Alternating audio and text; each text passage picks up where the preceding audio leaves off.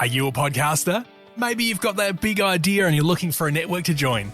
The multi-award-winning Ozcast Network can get your content to eyes and ears all over the world. Join now for the first month free, and you could be featuring this sound at the beginning of your podcast. Ozcast. Simply head to ozcastnetwork.com for details. Ozcast.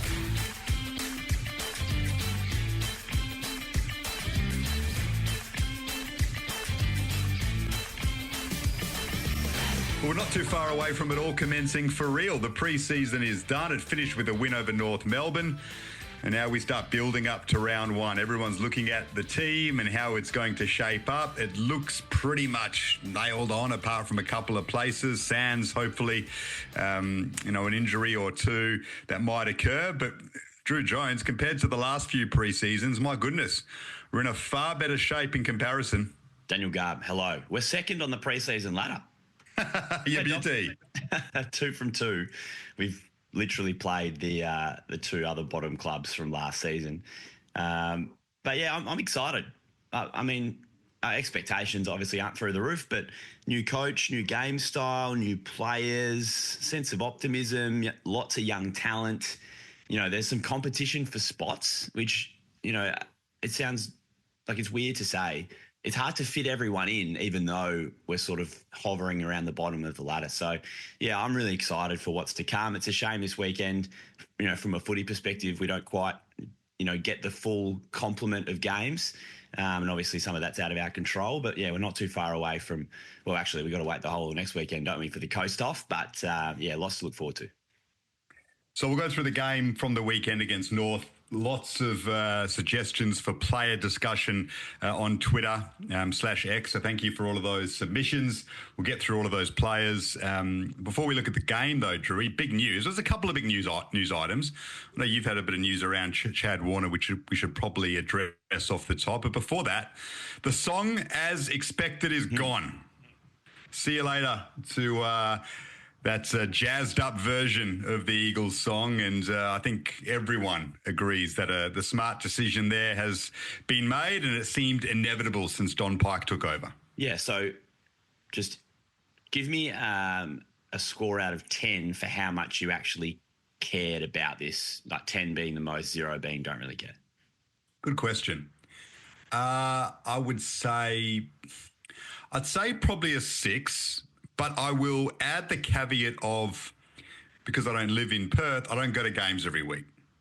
So there may be some fans who enjoyed that song at the end of the game, but I think that's where the issue was. Fans wanted to sing a traditional footy song at the end of the game and listen to a traditional footy song as the team ran out. Of course, I heard it through the TV and didn't like it, but it may have been a different opinion if I went to the game. But it was about a 6 for me. I thought there was a bit of carry on from some people and that was over the top. But I certainly feel as if the right decision's been made in terms of, winding it up. What about you? Something that probably the general West Coast populace would care less about if we were performing on the field or showing a higher competence as a club overall. Yep. But it's like a lightning rod, isn't it? Right decision, I'm probably a 7 out of 10. But I actually liked what they were trying to do. So I would keep the song as something you play like pre-game. Players run out, play the actual song when the players run out, you know, yada, yada, and then roll that song in, play like a nice video up on the screen with some highlights and whatever. It can still be part of the club's identity, because I quite like that Birds of Tokyo did that, and I don't think it's that bad. It's just not a traditional footy song. So we can find a way to incorporate it into the match day another way. That's what I would do. I've got no idea if we didn't have Eagle Rock, I'd agree with you, but we do. Now, I don't know what the royalty situation is with Eagle Rock, and there may be some issues there, but we've always had that kind of song attached to the club, which is why I felt as if this was a little bit unnecessary, if you know what I mean. Yes. Did you, like me, after the 2018 grand final, about 40 of Perth people, we all got together in Melbourne and we had Eagle Rock playing on repeat for like 2 hours? Does anyone else have that shared experience? Yes, to the point where I had a friend's party after the game, and it was just a general party, but there were lots of Perth people and West Coast fans there who were going nuts about the granny, and there were some Collingwood fans there, to the point where one of the Collingwood fans actually pulled the DJ's cord out of the machine because Eagle Rock was playing too often. That's funny. And yeah. Oh, yes. I mean, fair enough from our perspective, and probably fair enough from the Collingwood fans' perspective as well. Yeah. I think that was a good move. Bunbury was a bit funny. It was like really windy, and obviously we get why we played the game there, and we actually won and executed quite well down the stretch. It was cool that Baker kicked the winning goal. But what was your overall takeaway from the game? Because I sort of felt like we probably shouldn't have been in a position to win it, but we sort of got the points. You know, where does that sit for you in terms of the quality of performance? Yeah, North were inaccurate early. They were better than us in the first half. We struggled to get our game going in the first half. I think we all know our weakness is the midfield. Our weakness is stoppage. It's a big weakness. Our forward line's fine. Our back line's fine. But if you don't have a strong midfield, you can get run over in games. And that's something we're going to have to work through as a group all season long. It's going to be a big challenge for the team, and it was probably exposed in that first half against a strong North side, by the way. Like, they named a really good outfit. We know they're going to be improved this year, and they've got a stacked midfield. That's probably their strength when LDU and Sheasel are playing as well as they were. But I thought in the second half we worked into the game nicely, and some of our run and movement in the fourth quarter in particular was a real indication of what our best footy might look like this season. And the likes of Jaden Hunt, who I thought had a really good game as well. He's not someone we've spoken about much in pre-season. He looked sharp.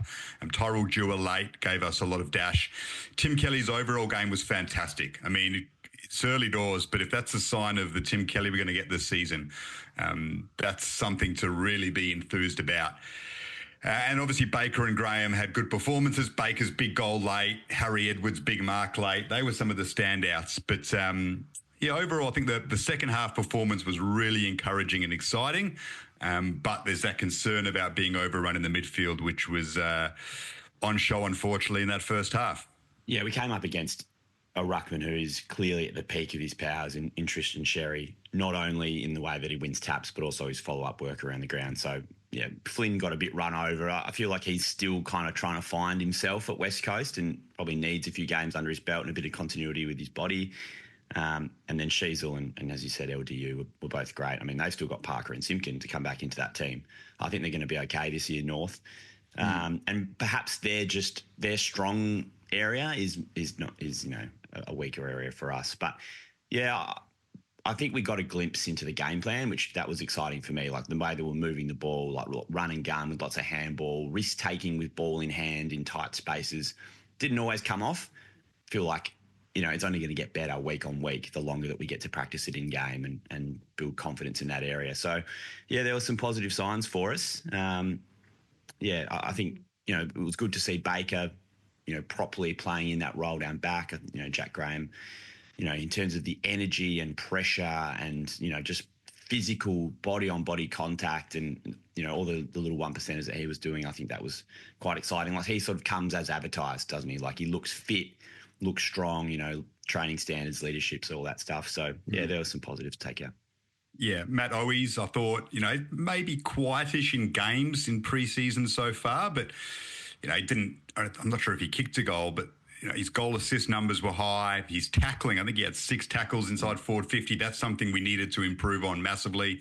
He just gives that work ethic and nous in attack and complements what we've already got down there, which is an improving Tyler Brockman, a quality Liam Ryan, even though he's got a bit of a hamstring strain, which may keep him out of round 1 against Gold Coast.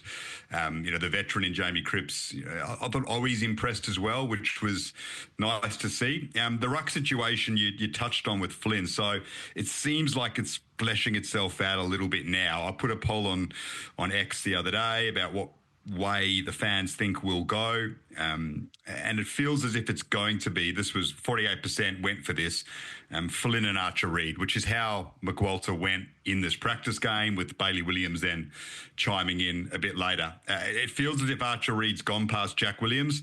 It doesn't seem like they'll play Flynn and Bailey Williams just because of the extra forward craft that an Archer Reid or a Jack Williams might provide. Flynn, it looks like, has got the number 1 ruck role nailed. And even though he was up against a quality ruck in Cherry, thought the second half he showed a fair bit. So it looks like it'll be Flynn and Archer Reid, and it does feel like Archer Reid's jumped ahead of Jack Williams. Yeah, I'm interested and excited to see what he can do. Still looks like a bit raw. You can tell he's only been in the system a short time, but I think we've discussed this a couple of times. West Coast really felt like they got a steal with Archer Reid, and they want to see what he can do. I mean, I'm fascinated by the Jack Williams situation, just because the second half of last year he was genuinely one of our positives to come out of the season. So whether he hasn't had a great preseason or whether they like what Archer Reid brings in the ruck a little bit more, we're going to see all this play out. So I'm pretty much in agreement. It seems like Flynn's going to get first crack, and then Bailey Williams. If Archer Reid struggles early in the year and we're getting hammered in the ruck, then I could see us bringing in Bailey Williams to play a bit more ruck time and see what he can bring forward. Like, we've got options. Jack Williams is going to have to do his thing, obviously, in the waffle and earn that spot. So, yeah, we're starting to see those structural pieces fall into place. Yeah.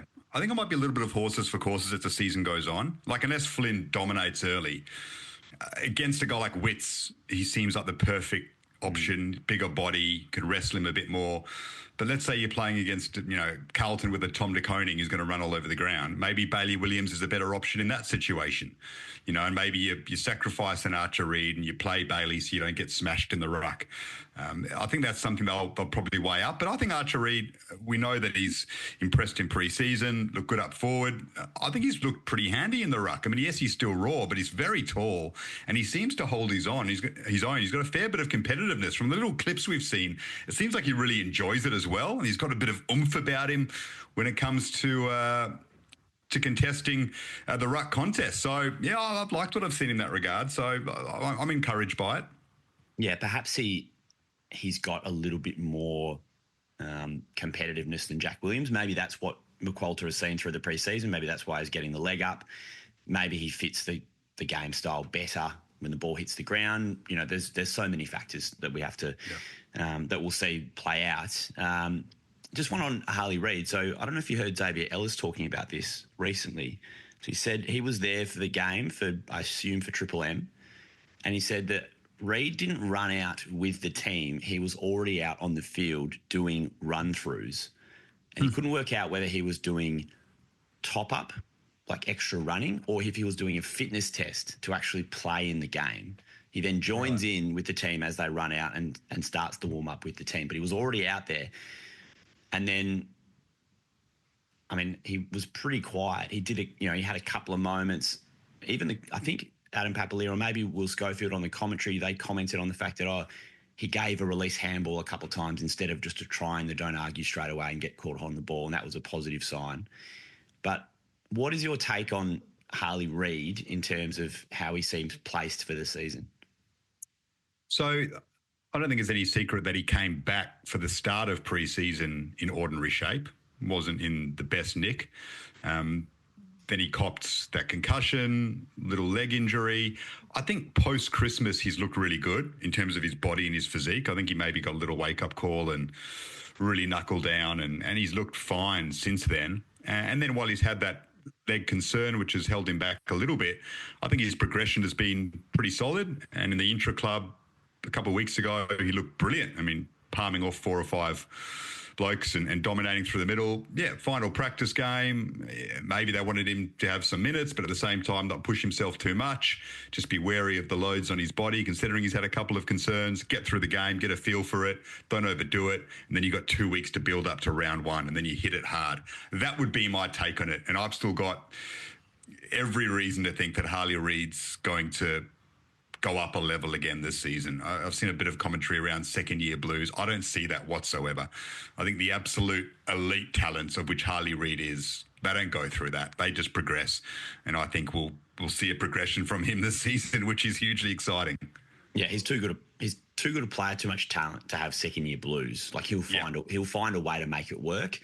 But he's coming from a bit further back, so I expect a slowish start to the season, and then I reckon by the second half of the year he'll be absolutely humming, which probably would probably coincides with contract talks, which is good for him. Do you want to get into these these questions. Let's go. Let's just touch on, because there's been a lot of questions about Chad Warner. So before we go into the player discussions, just give us the Chad Warner news as you know it, and then we'll get on to the players. Sure. So I think and you can give me your perspective on this, but I reckon 6 months ago, it seemed like it was a dead set certainty home run that he was coming back to WA. And from our perspective, it seemed like West Coast would be in front in that conversation. We've got a better draft hand, and it seems like we've put our sort of eggs in the Chad Warner basket. I don't think it's not that certain anymore. To me, it's a 50-50 from what I've been told. And I spoke to his manager who said I was pretty much spot on in that respect. So him and Dean Cox have got a really great relationship. Cox was midfield coach when Warner was drafted from East Fremantle, so they've worked closely together. And then now Cox has taken over, obviously, as head coach, and that relationship has only strengthened.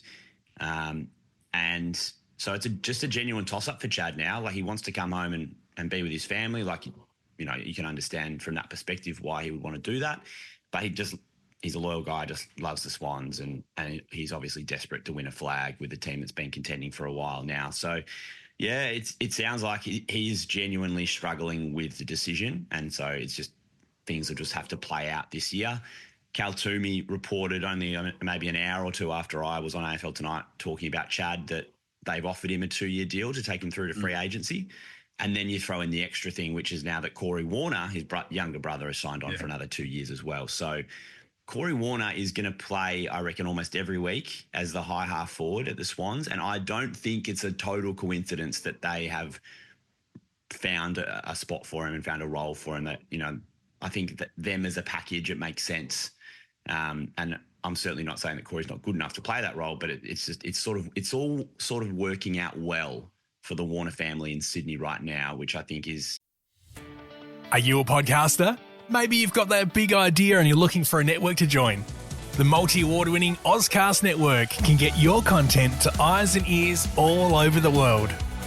Join now for the first month free, and you could be featuring this sound at the beginning of your podcast. Ozcast. Simply head to ozcastnetwork.com for details. You know, means that's why it's come back to this 50-50. Yeah, I think the Swans are being as smart as they can be with it, you know, trying to woo Corey with a contract and giving him game time.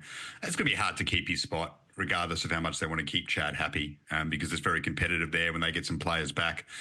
You know, he has to play well to keep his spot in the team, but they'll give him every opportunity, because I think there is that underlying theme, keep Chad Warner. I can understand that tactic completely. The 2-year deal is smart from them. Put him on big money. Then in free agency, Chad, you can take, you know, the big deal to go back home if you still want it, but let's try and secure a premiership with Sydney right now. You've had a couple of cracks at it. Don't give up yet. But at the same time, there's a pool there to go back to WA clearly, and I don't see how that's going to go away. And the West Coast money will be enormous. So, yeah, I think Sydney have come back into it a lot more than we thought. I agree with you. I'd say West Coast would still be ahead. Probably Sydney second, Freo third, just in terms of the money that West Coast can offer to convince him to leave now. But it's going to be an interesting one, that's for sure. And I still think there's plenty to play out. And I do think the Swans have come back into it a lot more than perhaps we thought a month or so ago. All right, let's get into some of the player questions from a lot of our fans. We'll start with Shay.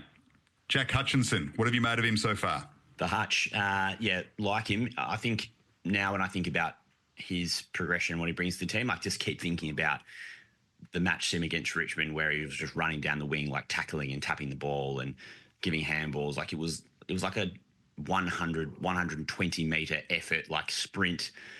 So elite athlete, found a role for him in the wing, maybe a little bit of inside. I just like him. I think he's locked in the 23. Yeah, I'll be honest, I wasn't as big of a rap on the Hutch as some others when he first came in. To be honest, I don't think he deserved as many games as he got end of last season. But I think the club saw the end game and they saw the talent there and they just felt, expose him now, it'll pay off. And maybe we're starting to see that now. As a wing option, he's definitely got a lot of potential, and they obviously feel as if he can go on ball as well. Look, we need to beef up our midfield numbers. We just don't have enough players running through there. So I rate that they view him as an option there to give us an extra body outside and inside, and he's had a good preseason. So he probably plays round one. How he goes from there, we'll have to wait and see. But he's definitely stepped up a lot in my estimations based on where he was at last season. And perhaps that exposure was really important for him, gave him confidence.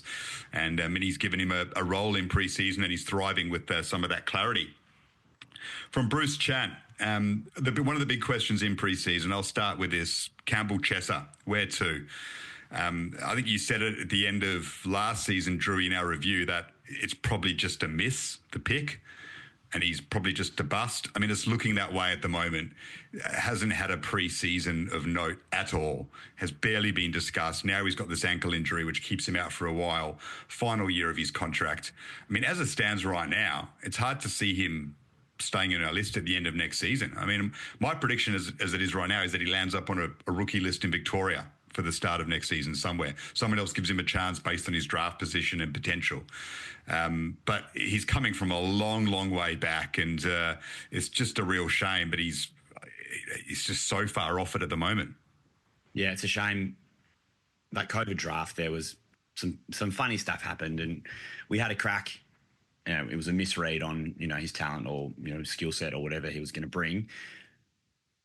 I mean, I don't want to mark his card yet. If he has a good second half of the year, having come back from injury, then I would be absolutely fine with us rookie listing him next year if he starts to show some signs. He just clearly needs time.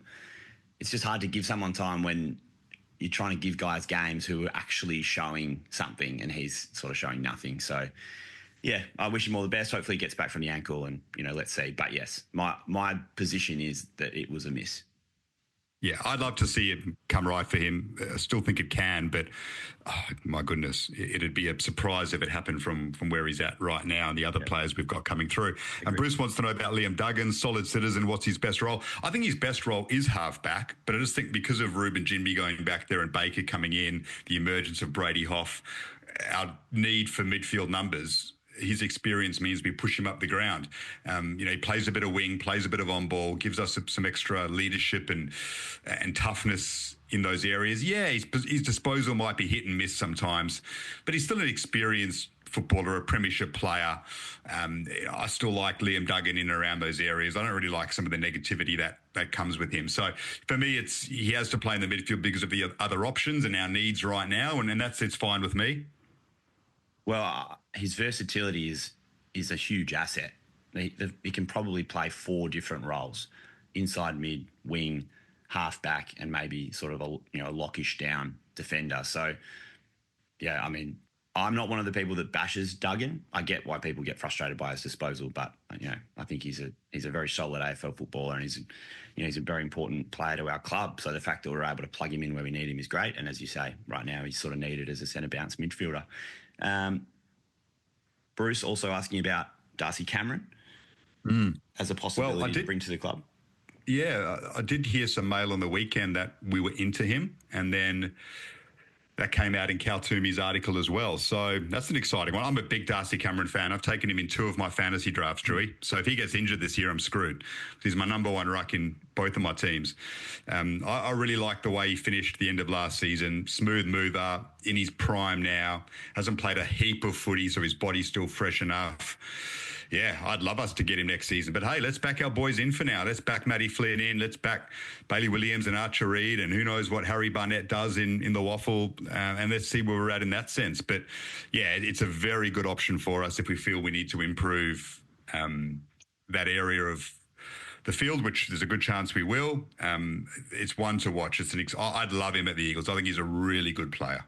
Yeah, and reports are he's an absolutely ripping bloke as well. So he's a good add to a football club for sure. Other than Bo Allen, which rook will have the best 2025? Good question. I'd say probably Job Shanahan. Now, whether he comes into the team or not, I think that would require injuries. But if you look at the waffle form and that, I'd say Job Shanahan, considering he played a fair bit of VFL end of last season, he would be my pick, along with Tommy Gross, who I think is a fair bit of grunt who we've spoken about a bit. Yeah, agree with both of those. I liked Bo in flashes against North Melbourne, just didn't get his hands on the footy a lot. But, I like what we've seen from him so far. Sammy Phillips, what's happened to Jack Williams, which we've already talked about. He says he's not sure if Tom Cole and Jamie Cripps are walk-up starts anymore. What are your thoughts on that? Yeah, Tom Cole's the interesting one. So there's a few people asking about Cole and Marek, and I think that is the big discussion point. So our back six seems set. It's Hoff, it's Edwards, it's Baker, McGovern, Jinby, and then at the moment it's Tommy Cole, and it feels like it's Cole or Marek. So I'm comfortable right now with Cole being ahead of him. Like, I understand why there's a push for Marek because he's learning how to play defence. He's got a good kick. He's young. He can play taller or smaller, but he hasn't played much AFL footy in defence. In fact, he's played none. So let's just cool it a little bit. He's got a lot to learn in that sense. Tommy Cole's a premiership player, very experienced. Yes, he needs to show a lot more. Yes, there's pressure on his spot, and that's great. That's good for him. It's good for the team. But I'm comfortable with him being ahead right now and just not saying to Ryan Marek, because you've learned that position, you're just in the team. No, you've got to earn that spot, and you've still got a lot to learn. So I'm comfortable with where it sits, but I think that is the contest right now for that extra spot, Marek v. Cole. It's Cole just ahead, but he needs to perform well to start the season or else Marek will come in. Are you a podcaster? Maybe you've got that big idea and you're looking for a network to join. The multi-award-winning Ozcast Network can get your content to eyes and ears all over the world. Join now for the first month free, and you could be featuring this sound at the beginning of your podcast. Ozcast. Simply head to ozcastnetwork.com for details. Yeah, so a few people have asked about Marek. So my read on the situation is he's only been learning this position for one pre-season. He's getting valuable time with, say, Shannon Hearn, which we've seen from the content that's been released. There's nothing wrong with him playing for a month in the waffle in that role to further upskill. And I would guess the reason why some people said, why wouldn't you play him in these games to see if he can do it? My guess would be they've tried to roll out something similar to what they'll do, say, round one, because they just want that team to be together and learn the system and play together. So I think they've prioritised having, say, Cole play and to get used to playing with Baker and the new structures and whatever. Marek does his time in the waffle, and then if he's doing well, he's got an extra 4 weeks under his belt, then he comes into the team. And, there's no reason why Cole and him can't play together. There's going to be injuries, form, whatever. It's just a case of, I think, team chemistry in the preseason for what we're doing in the early rounds, I think, has been paramount for McQualter. So, yeah, we'll see Marek soon, I would think. Kylie Perry asked about Elliot Yeo. I think he's still at least 6 weeks away. It's unfortunate, but let's hope he gets back fully fit. And then Oscar Allen as well. I actually don't know if we have enough time to talk about Oscar Allen and his future. Maybe that's one that we're best to sort of wait on a little bit. So let's just hold fire on Oscar Allen. Flynn, clear number one. Yes, I think we've answered this one. But the Nuffington Post, Tyrell. It's a good page, Dewar. the Nuffington Post, Yes. by the way. Good page. Does he make the best 22? I have loved what we've seen from Dewar so far. And I think my question for you is, Garby, is he going to be sub round one, or do they find a starting spot for him? I can see him being sub. I think I did a best 23 for us a couple of weeks ago, and he was sub, and he's probably putting some pressure on based on his virtually a sub performance against North in the practice game. It's hard because you're going to have, Duggan named on a wing, but although his role will change during a game, Hunt a lock on the other wing.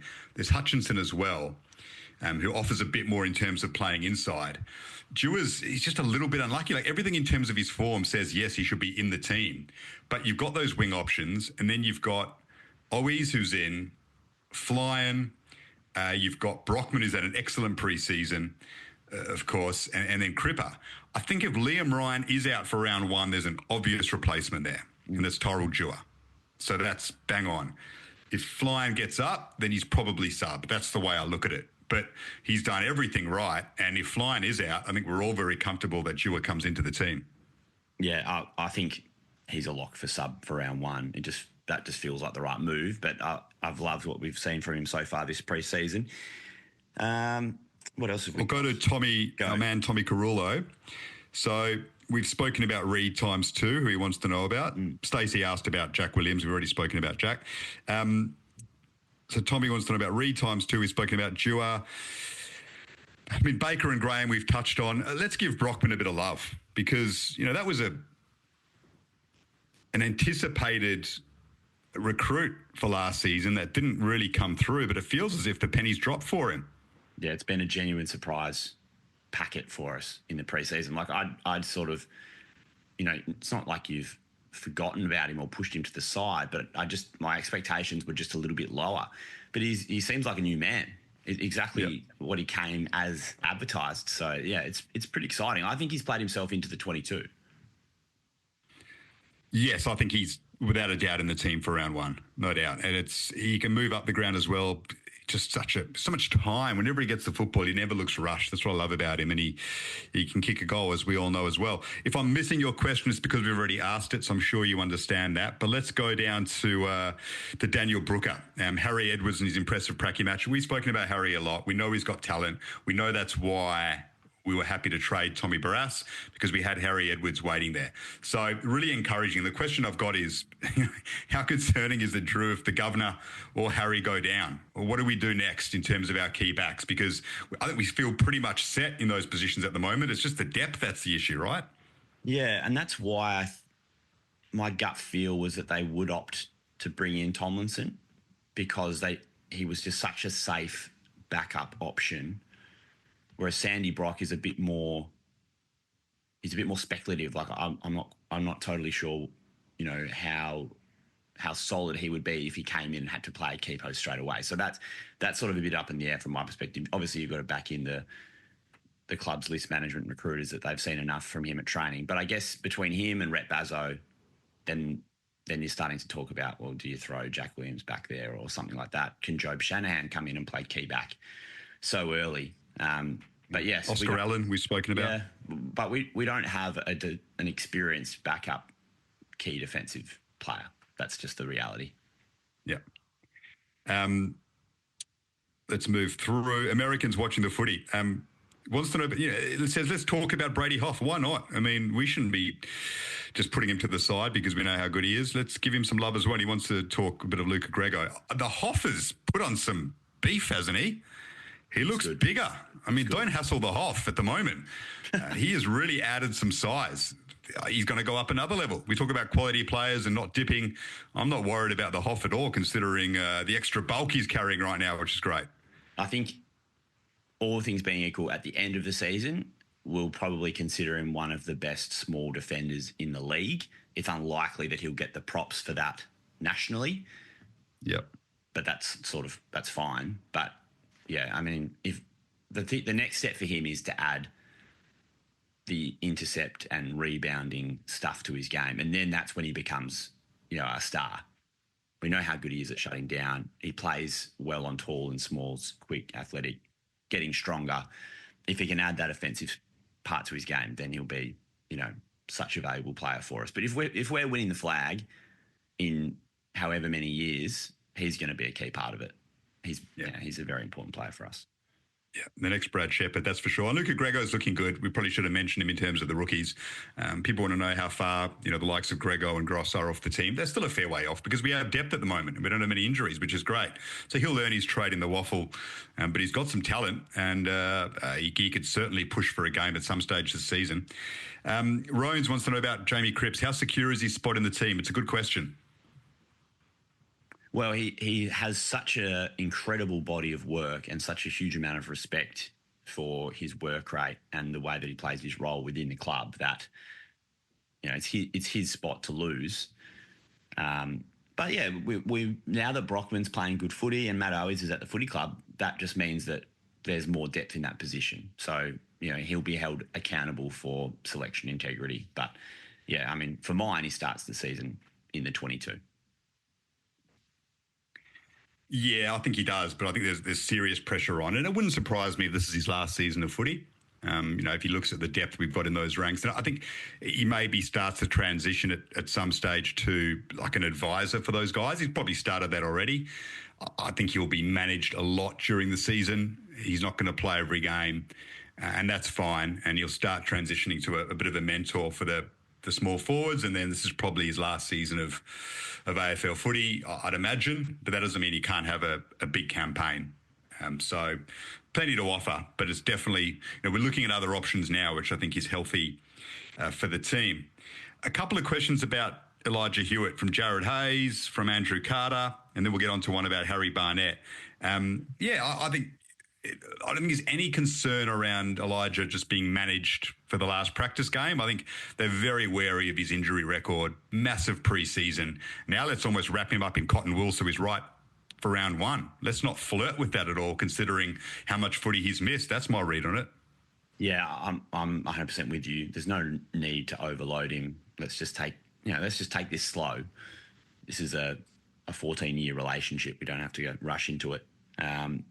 I've invested in him in my dynasty league, so keep him in cotton wool if you need to. But I'm so excited for what he brings. I really hope we get to see the best of him soon, and I hope he's out there round one because he's had to wait and work so hard on his body. But I don't think there's anything to worry about at the moment. Harry Barnett is interesting. So, if memory serves, was he the first ruck taken in that draft? He was taken in the same position that we took Archer Reed a year later, and Jobe Shanahan, first pick of the next round. Yeah. As a tool that you couldn't pass on. He was the first ruck taken. Look, they just take a long time. Simple as that. Yeah. The only thing I've heard is that he wasn't necessarily best pleased with the club's decision to recruit Matt Flynn, maybe had a bit of a sook around that decision because he wanted to go. Hey, that's healthy, that's understandable, but he's still raw and we've still got a long way to go with him. He needs to really have a big waffle season. They've trained him down back a little bit as well to try and add that string to his bow. Maybe he can add a little bit there, but he just needs to smash the waffle. He didn't really contribute enough at the lower level last season. Now he needs to come in, dominate and say, all right, well, now we've got that ruck option that's really strong. And then you've got some movement potentially with trades and things to look at, but he just hasn't done enough yet. But that's also because it just takes such a long time for those kind of rucks to develop. Well, think about Harry Boyd, right? He's been signed by St Kilda. He got best on ground in the Sandford Grand Final. Huge amount of hit-outs, possessions, goals, winning medals. What's Harry Barnett doing? Nothing. So, to actually crack into it and get a serious spot on an AFL list and be considered for selection as a ruckman, you've got to dominate the lower level, which he's just not doing. So, he just needs time. Yeah. Well, let's hope that happens this season. Drewy, plenty covered on the pod. Been a lot of fun. We're excited. Bring on Gold Coast round one. And the Suns having their game postponed, I reckon, helps us feel a bit more confident about a win now. Yeah, they'll be rusty. They're there for the taking. They hate playing away from home. The old song blaring inside Optus at the end of the game in round one. Can't wait for that. Thanks, Drewy. Thanks, Nest family. Let's build up to the Suns and hopefully chalk up 4 points in round one. Yeah, crew.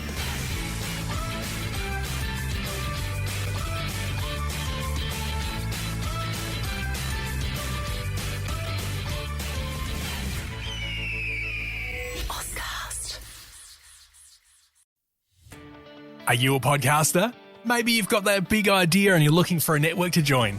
The multi-award-winning Ozcast Network can get your content to eyes and ears all over the world.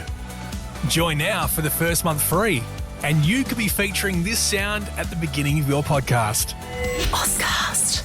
Simply head to ozcastnetwork.com for details.